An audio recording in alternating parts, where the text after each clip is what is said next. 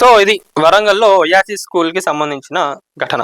Already నిన్న మనం మాట్లాడడం, మళ్ళీ ఈరోజు నేటి అట్లా వార్త వచ్చింది కాబట్టి మాట్లాడడం జరుగుతున్నది. దీనిపైన కఠినమైన చర్యలు తీసుకోవాలి ప్రతి ఒక్కరు కూడా. ఈ రోజు మనం చూసుకున్నట్లయితే ప్రైవేట్ స్కూళ్ళలో ఎల్కేజీ యూకేజీలకు లక్షల ఫీజులు దొప్పుతున్నారు. హైదరాబాద్లో మనం ఏడ తీసుకున్నా కూడా అలాగే అంతగానం ఏం నేర్పిస్తారంటే వామో ఏం ఉండదు ఆడ. అదొక బ్రాండ్ అంతే. పేరెంట్స్కి ఏముంటుంది, మా పిల్లోడు పెద్ద స్కూల్లో చదువుతున్నాడు అంతే అని ఉంటుంది, కానీ ఆడ ఏమవుతుంది ఏందని ఆలోచిస్తలేరు పేరెంట్స్. మీరు ఒకసారి ఆలోచించండి, మీరు వేసే స్కూల్ ఏదైతే ఉందో దాంట్లో ఈ చిన్న క్లాసెస్ ఏదైతే ఉందో చెప్తున్న వాళ్ళు క్వాలిఫైడ్ టీచర్సా కాదా అని చూసుకోండి. ఎందుకంటే గవర్నమెంట్లో ఉన్న టీచర్స్కి ప్రైవేట్లో ఉన్న టీచర్స్కి చాలా డిఫరెన్స్ ఉంటుంది. ఇది ఒక్కసారి ఆలోచించండి.